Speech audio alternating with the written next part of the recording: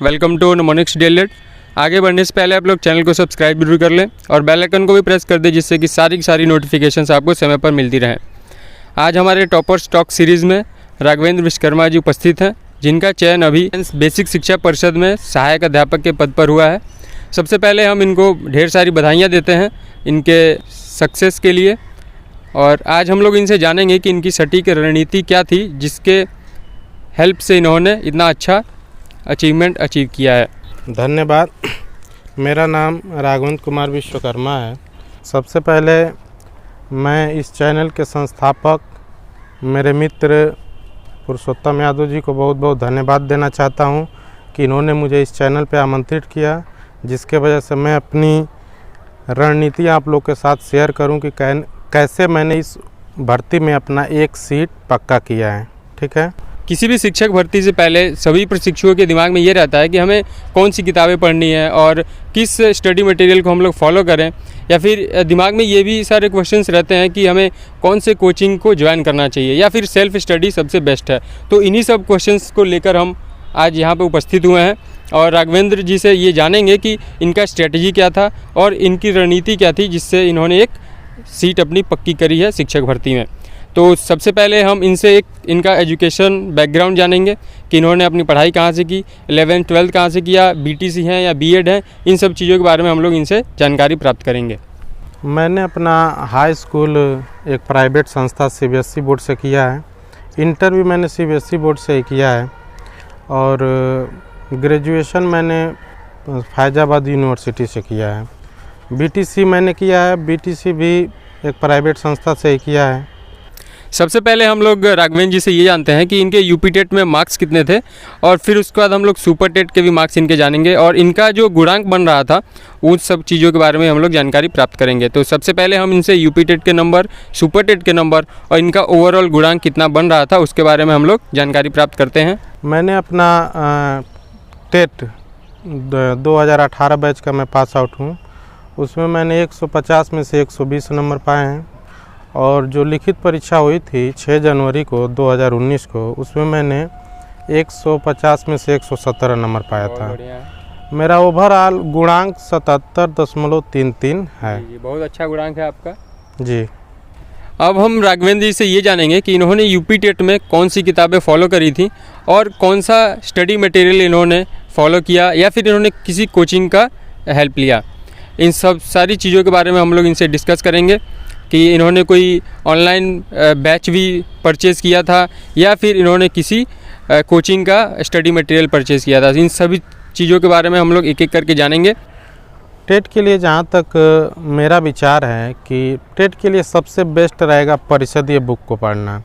परिषदीय book में खासकर से आपका गणित हो गया, हिंदी हो गया, संस्कृत हो गया, विज्ञान हो गया, सामाजिक विज्ञान हो गया, 5 से लेकर कक्षा 5 से और 8 तक की परिषदीय बुक सॉल्व कर लें तो हमें नहीं लगता है कि उनका 30 में 25 से कम आएगा, अगर वो सारा सॉल्व कर लें तब।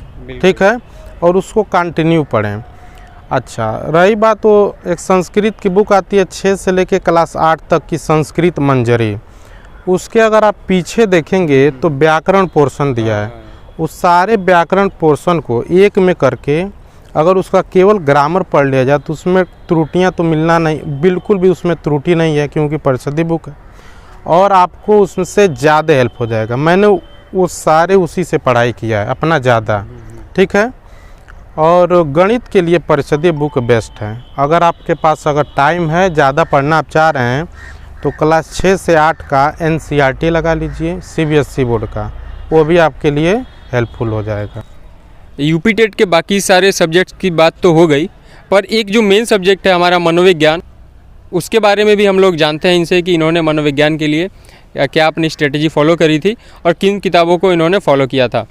जैसा कि आप लोगों से मैंने पहले ही बताया है कि मैंने बीटीसी किया हुआ है, तो बीटीसी में कई प्रकाशन की मनोविज्ञान की पुस्तकें चलती हैं। राधा की हो गई, अग्रवाल की हो गई। ठीक है। अगर आप किसी एक प्रकाशन का, चाहे राधा हो चाहे अग्रवाल हो, उसका चारों सेमेस्टर की अगर आपके पास बुक का सेट मिल जाए तो उससे बाहर का नहीं आना है। अगर आप लोग उससे पढ़ के अपने हिसाब से अपना नोट्स बना लें मेन पॉइंट्स का, तो आपको उसमें से 25-26 आराम से क्वेश्चन मिल जाएंगे। हमने इनसे ये जाना कि इनकी यूपी टेट की स्ट्रेटजी क्या थी। अब हम इनसे जानेंगे कि इनकी सुपर टेट की स्ट्रेटजी क्या थी, क्योंकि इनके सुपर टेट में बहुत ही अच्छे मार्क्स हैं। 117 नंबर इन्होंने अर्जित किया है, और इसके पीछे का रीज़न क्या है कि इनके अच्छे नंबर आए। वो भी उस समय ऐसा था कि 1 महीने का टाइम इन लोगों को बस मिला था प्रिपरेशन के लिए, फिर भी इतने अच्छे मार्क्स लाना बहुत बहुत बड़ी बात है। तो हम इनसे इनकी स्ट्रेटजी जानेंगे, इन्होंने क्या अलग किया कि इनके इतने अच्छे मार्क्स आए। जैसा कि आप लोग जान रहे हैं, सुपर टेट में 10 से अधिक सब्जेक्ट होता है। जो लड़का या लड़की टेट अपना अच्छे से तैयार किया है, उसका 60-70% तो ऐसे ही मिल जाना है सुपर टेट में। ठीक, रही बात 2-3 सब्जेक्ट जो इसमें ज़्यादा ध्यान देना है, जैसे कि जीएस हो गया, करंट अफेयर्स हो गया, कंप्यूटर हो गया, रीजनिंग हो गया। ठीक है, इसके लिए जैसे मेरा शुरू से जीएस बहुत ही वीक रहा है, तो इसके लिए मैंने एक लोकल कोचिंग ज्वाइन किया था, जिससे मुझे काफ़ी मदद मिली थी। और मेन बात है 5 नंबर कंप्यूटर और 5 नंबर रीजनिंग के लिए। तो अगर आप लोग जो लोग बीटीसी कर रहे होंगे, तो बीटीसी में उसमें कंप्यूटर की 2 पेपर होता है कंप्यूटर का, तो उसमें आप अगर उसी को कायदे से पढ़ लें तो आपका 5 नंबर का कंप्यूटर हो जाएगा। ठीक है, रीजनिंग तो आसानी आना है, ज़्यादा रीजनिंग का कठिन नहीं। ज़्यादा दिक्कत होती है करंट अफेयर्स के लिए। तो उसके लिए अगर बुक की बात किया जाए तो आप लोग एक स्पीडी की बुक उस टाइम आएगी, आप लोग स्पीडी की बुक ले लेंगे तो ज़्यादा मदद करेगा। और अगर आप लोग कोचिंग कहीं आपको जैसा सुविधा हो उसके हिसाब से आप लोग करंट अफेयर्स के लिए ये बताइए कि 6 महीने का करंट अफेयर आता है या 1 साल का करंट अफेयर आता है एग्जाम में? करंट अफेयर्स तो जनरली 2-3 महीने का मेन होता है, वैसे एग्जाम से पिछले एग्जाम के 2-3 महीने का। लेकिन आप 6 महीने का तैयार करेंगे तो और बेटर रहेगा। ठीक है, हमने राघवेंद्र जी से ये जाना कि इन्होंने सुपर टेट में इतने अच्छे मार्क्स कैसे अर्जित किए। अब हम इनसे एक आग्रह करेंगे कि ये अपना पॉइंट ऑफ व्यू बताएं व्यूवर्स को, जिससे वो आगामी शिक्षक भर्ती के लिए अच्छे तरीके से अपनी तैयारी कर सकें। क्योंकि देखिए, आगामी शिक्षक भर्ती में कंपटीशन का लेवल बहुत हाई होने वाला है।